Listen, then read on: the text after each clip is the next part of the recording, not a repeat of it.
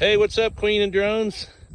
Saturday, October 11th, B&T's Apiaries thought I would give you a season-ending video and kind of fill you in as to what our progress was and what our mistakes were. So basically what we did this year was we had 3 colonies going into winter. We was only able to get out of winter with 1.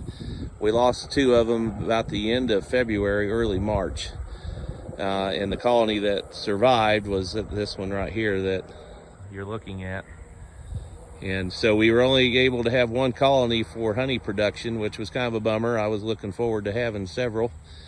But that one there produced us about 80 pounds of honey for spring. And then we've caught 4 or 5 swarms over the season. This colony here is a swarm catch.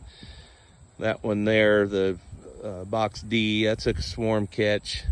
And then up there at our other apiary, we have a package of buckfast bees that we bought in late March, and I made a split on those. So those are in a resource hive, 2 colonies there. And then a pretty large swarm that we caught, made a split out of it, and it also is in a resource hive.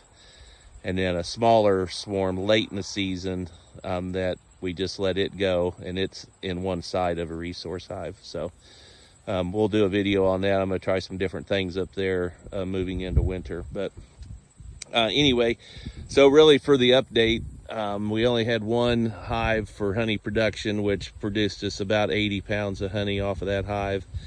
And then we did try to, from end of July to end of September, we tried to harvest some fall honey, which we really wasn't too successful with that. Here's kind of what our honey looks like. The jar there, mason jar on the right, is what we collected for spring, and the little mug on the left is fall harvest.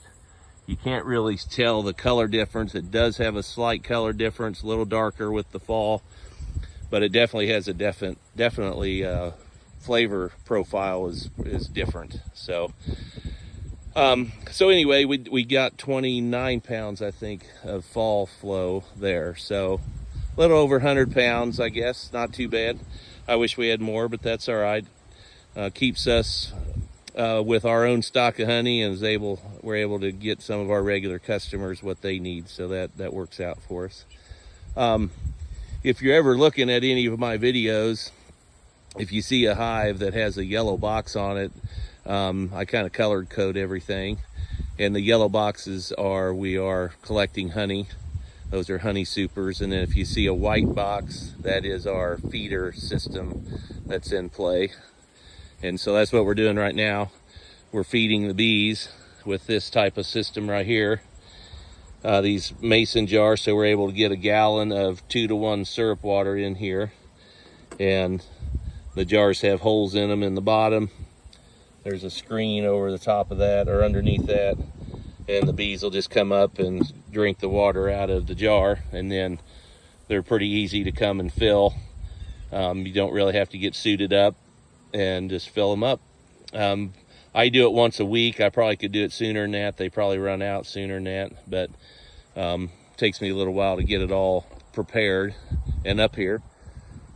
So what we're looking at, trying to get about 4 to 5 gallons of syrup water in that brood nest box there to sustain them for the rest of the winter.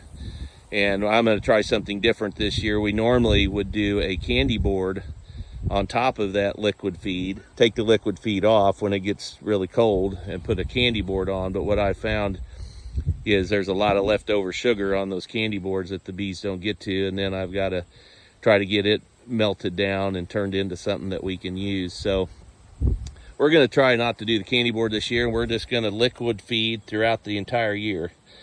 Fill this cavity right here up with some burlap bags just for some insulation. And the thought process is the colony will be warm enough underneath that it will keep the liquid in the jars from freezing. So we're going to give that a try this year and see if that works for us. And we may do a video in the winter time just to show you what that looks like and see if it's working. And so hopefully we've got what, 8 or 9 colonies now. I really hope that we can make some splits next spring out of some of those resource hives, and hopefully we can at least come out of winter with at least half of the colonies overwintering, so we can really ramp up our honey production. That would be nice. So that's kind of the season end update. I'll be back again later in the year as it gets a little colder to kind of give you some updates on some different things that I got planned to do. So again, thanks for watching. Hopefully anything we put out is either entertaining or helpful, and we do appreciate you watching. So hit that subscribe button, let your friends know if they're interested in getting the beekeeping. Again, this is a how I do, not a how-to videos, so keep that in mind. Thanks again for watching. Hope you have a great Saturday. B&T's Apries. Until next time.